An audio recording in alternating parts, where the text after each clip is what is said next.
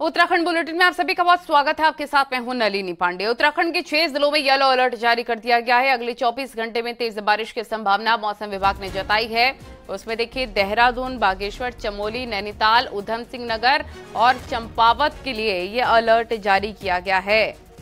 तो बड़ी खबर आपको बता रहे हैं, अभी और बादल बरसने वाले हैं, ये मौसम विभाग की तरफ से अनुमान व्यक्त किया गया है। पहाड़ों पर लगातार भारी बारिश की वजह से लैंडस्लाइड और भारी तबाही की तस्वीरें ऑलरेडी आ रही हैं।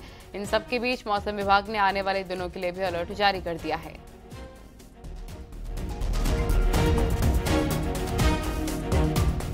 उत्तरकाशी में भारी बरसात के चलते जगह जगह आए मलबे के कारण यमुनोत्री हाईवे बीते 50 घंटे से ज्यादा तक बंद है। वहीं देखिए किसाला और डाबरकोट के पास भारी मलबा आने से मार्ग को नहीं खोला जा सका, जहां पर राना चट्टी, राजतर, छंटंगा, तलोग, गंगनानी, कल्याणी समेत कई जगह भारी मलबा आने से मार्ग बंद हो गया है।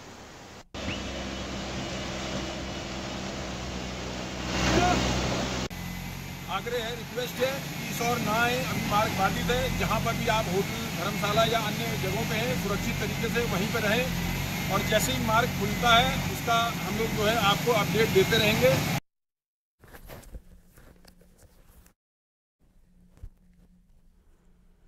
उत्तरकाशी के मनोत्री में डाबरकोट के पास लगातार भूस्खलन हो रहा है। डाबरकोट में लैंडस्लाइड की नई तस्वीर आई है, वो आपको दिखाते हैं। तो जहां पर देख सकते हैं आप, डाबरकोट के पास भूस्खलन लगातार हो रहा है और ये ताजा तस्वीरें हैं लैंडस्लाइड की।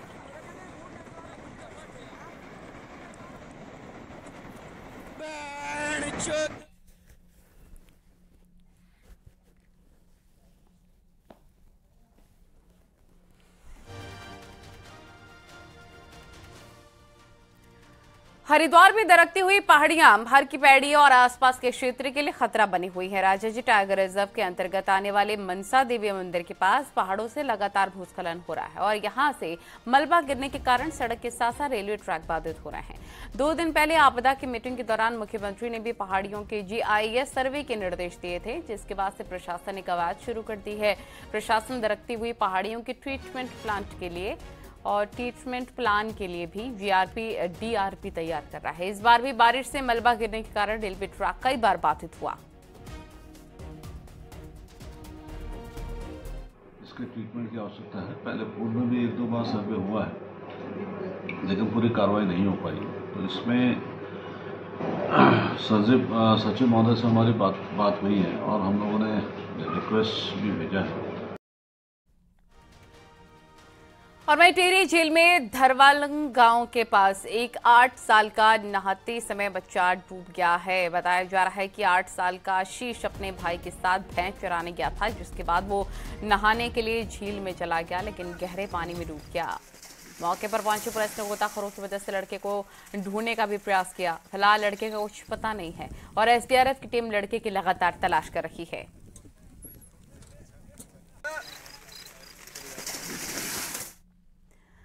दिल्ली दौरे पर पहुंचे सीएम पुष्कर सिंह धामी ने कहा कि केंद्रीय परिवहन मंत्री नितिन गडकरी से मुलाकात करेंगे। सीएम ने कहा कि उत्तराखंड में नेशनल हाईवे, रोपवे और टनल के कई काम प्रस्तावित हैं। इसको लेकर वो केंद्रीय मंत्री से अनुरोध करेंगे कि इन प्रस्तावों को जल्द मंजूर करें। उन्होंने कहा कि कई मामलों को मंजूरी मिल चुकी है और जबकि कई मामलों में अभी मंजूरी मिलना बाकी है। इसी को लेकर इस बार चर्चा की जाएगी। वहीं उन्होंने ये भी कहा कि पार्टी संगठन की मीटिंग में भी विकास को लेकर चर्चा की जाएगी। बार मैंने सड़क परिवहन मंत्री आदरणीय नितिन गडकरी जी से समय लिया है और जो हमारे यहाँ पर नेशनल हाईवे के काम चल रहे हैं और रोपवे और टनल के कुछ काम प्रस्तावित हैं, बहुत सारे सेंट्रल जो रिजर्व रोड्स का काम है उसके संबंध में उनसे अनुरोध करना है कि जल्दी उनको स्वीकृति मिल जाए। तो पूरा प्रस्ताव पहले से हमने दिया हुआ है, कुछ प्रस्ताव नए दे रहे हैं, तो उसी संबंध में भेंट करनी है। और बाकी हमारी जो नियमित रूप से होने वाली बैठकें हैं संगठन की और सांसद गणों के साथ, उन बैठकों में भी प्रतिभाग करेंगे। बीजेपी लोकसभा चुनाव के मद्देनजर विपक्षी दलों के गठबंधन के बीच अपनी टीम को मजबूत करने में जुट गई है। 25 जुलाई को उत्तराखंड बीजेपी और सरकार के कामकाज की भी दिल्ली में समीक्षा होने जा रही है।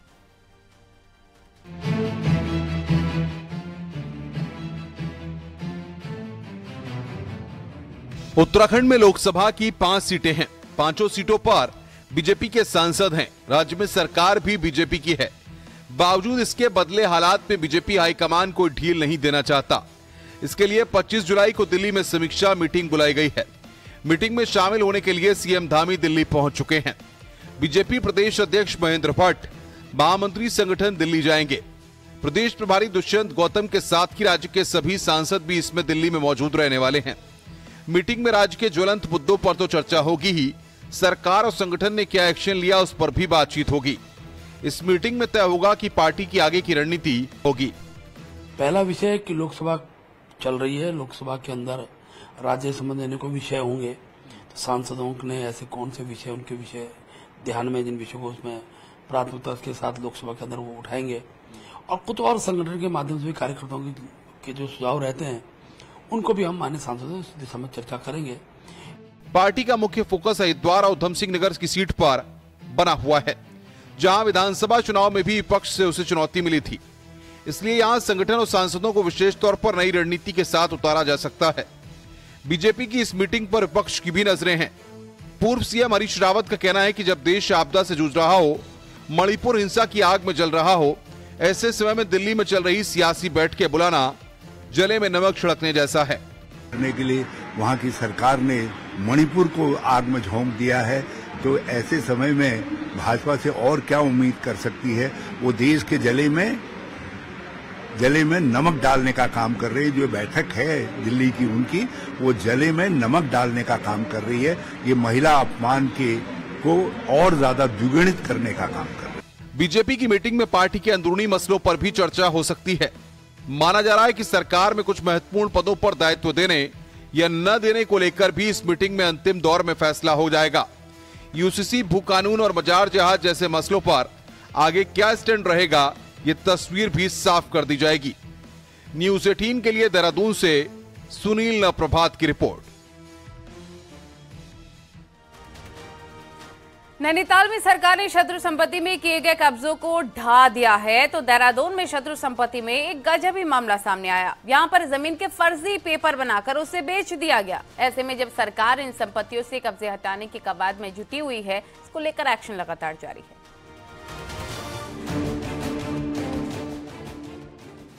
लैंड फ्रॉड के मामलों से लेकर अतिक्रमण तक के मामले शत्रु संपत्ति पर देखने को मिल रहे हैं। देहरादून में चक्राता, मसूरी और माजरा में 4 जगह पर शत्रु संपत्ति है, जिस पर अब सरकार ने कब्जा कर लिया है। लेकिन गजब हाल यह है कि माजरा में भूमाफियाओं ने 3 एकड़ शत्रु संपत्ति की जमीन के पहले तो फर्जी पेपर तैयार किए और फिर इसे बेच दिया। हालांकि मामला सामने आने के बाद प्रशासन ने जमीन कब्जे में ले ली है। 2 इसमें से चक्राता में है, जिन पर प्रशासन का कब्जा है, और एक जो है इसमें मसूरी में है, लीलाराम स्टेट के नाम से, जिसमें करीब 18,000 वर्ग फीट जो है वो 2/9 हिस्सा है, उसको भी कब्जे में ले लिया गया है। और साथ ही एक प्रॉपर्टी माजरा में है। इन दिनों प्रदेश भर में सरकार शत्रु संपत्ति की पहचान कर अपने कब्जे में ले रही है। शत्रु संपत्ति पर सामने आए लैंड फ्रॉड पर बीजेपी कहती है कि मामला बेहद गंभीर है और सरकार इस पर काम कर रही है, जबकि कांग्रेस कहती है कि अधिकतर जमीनों पर बीजेपी से जुड़े लोगों का ही कब्जा है।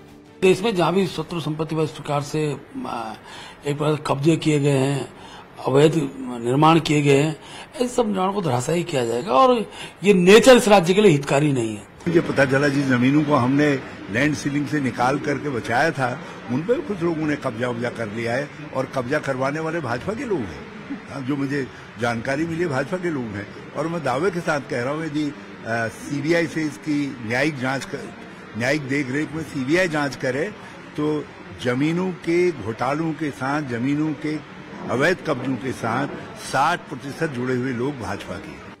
बताया ये भी जा रहा है कि शत्रु संपत्ति पर हुए ज्यादातर कब्जे रसूखदार राजनेताओं और उनके सिपहसालारों के हैं।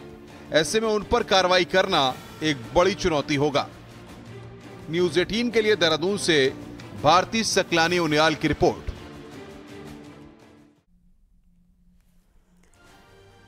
वहीं सीएम पुष्कर सिंह धामी के निर्देश के बाद सरकार के मंत्री प्रभारी जिलों में प्रवास करने के लिए पहुंचने लग गए हैं। कैबिनेट मंत्री सौरभ बहुगुणा बागेश्वर जिले में मोर्चा संभाल चुके हैं और जिले में पहुंचकर प्रशासन के अधिकारियों के साथ बैठक करके आपदा प्रबंधन की तैयारियों की जानकारी मिली है। साथ ही अधिकारियों को आपदा के मौके पर तत्परता के साथ कार्य करके आपदा प्रभावितों को राहत पहुंचाने के निर्देश दिए। इस दौरान कैबिनेट मंत्री ने क्षतिग्रस्त सड़कों को जल्द ठीक कराने के निर्देश भी दिए हैं।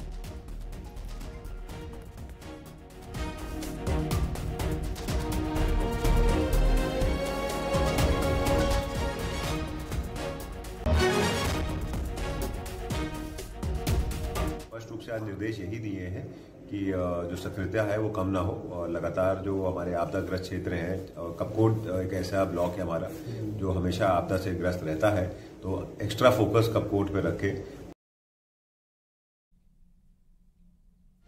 कृषि मंत्री गणेश जोशी ने रविवार को हरिद्वार के लक्सर खानपुर क्षेत्र के बाढ़ प्रभावित क्षेत्रों का दौरा किया और कृषि मंत्री ने कई गांवों में जाकर किसानों का हाल जाना, उन्हें सरकार की ओर से हर संभव मदद का आश्वासन दिया। गणेश जोशी ने कहा कि सरकार किसानों के साथ है। सीएम दावी ने बाढ़ प्रभावित लोगों की बिजली के बिल, लोन के किश्तों का भुगतान 3 महीने के लिए स्थगित करने के निर्देश दिए। साथ ही किसानों के लोन का ब्याज भी माफ करने को लेकर मुख्यमंत्री से चर्चा की जाएगी। हमने किसानों की 3 महीने के बिजली के बिल माफ कर दिए हैं। हमने बैंकों की रिकवरी को हमने रुकवा दिया है। हमने अभी मुझे पता लगा कि यहाँ पर जो है केमिकल, जो शुगर फैक्ट्री से केमिकल आया, उससे बिल्कुल से जो केमिकल आया है उसकी वजह से मैं देख रहा हूँ कि फसल बिल्कुल चौपट हो रही है। मैं जिलाधिकारी को निश्चित कर रहा हूँ कि इसकी भी जांच होगी। उत्तराखंड सरकार और automobile company Ashok Leyland company के बीच में एमओयू साइन हो गया है, जिसमें राज्य के युवाओं को नौकरी के लिए दूसरे प्रदेश नहीं जाना पड़ेगा।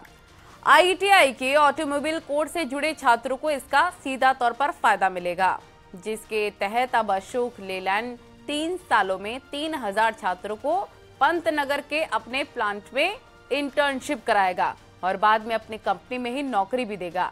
इसके साथ ही कंपनी आईटीआई सितारगंज और आईटीआई बागेश्वर को भी चलाएगा। इन संस्थानों में पढ़ने वाले छात्रों के लिए कैंपस सिलेक्शन भी किया जाएगा।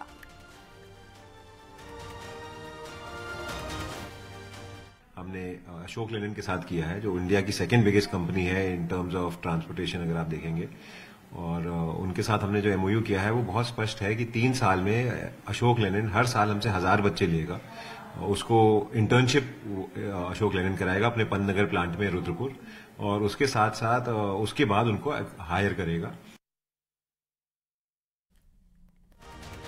पहाड़ों में लगातार झमाझम बारिश हो रही है और बारिश लोगों के लिए मुसीबत भी पैदा जरूर कर रही है, लेकिन प्रकृति के लिए बारिश किसी वरदान से कम नहीं है, क्योंकि विश्व प्रसिद्ध फूलों की घाटी इन दिनों रंग बिरंगे फूलों से खिली हुई है।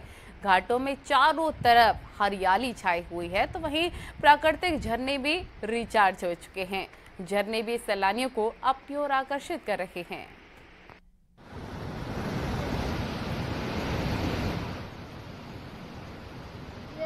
चमोली जनपद में लगातार झमाझम बारिश हो रही है और बारिश की वजह से जो प्राकृतिक झरने हैं वो भी काफी खूबसूरत दिखाई दे रहे हैं। माना जाता है कि बरसात के दौरान झरने चार्ज हो जाते हैं। इसके अलावा अगर हम बात करें तो फूलों की घाटी में भी रंग बिरंगे फूल खिले हुए हैं, जिनकी तस्वीरें भी सामने आ रही हैं। इन दिनों जो सैलानी है वो फूलों की घाटी में बहुत अधिक संख्या में पहुंचते हैं, क्योंकि जुलाई और अगस्त का महीना ही माना जाता है कि फूलों की घाटी में जब सभी प्रजाति के फूल खिले हुए होते हैं। पहाड़ों में लगातार मौसम बदल रहा है, झमाझम बारिश हो रही है, लेकिन कुछ दुखद तस्वीरों के साथ साथ कुछ प्रकृति के सुंदर तस्वीरें भी सामने आ रही हैं। नितिन सेमवाल, न्यूज़ 18, चमोली।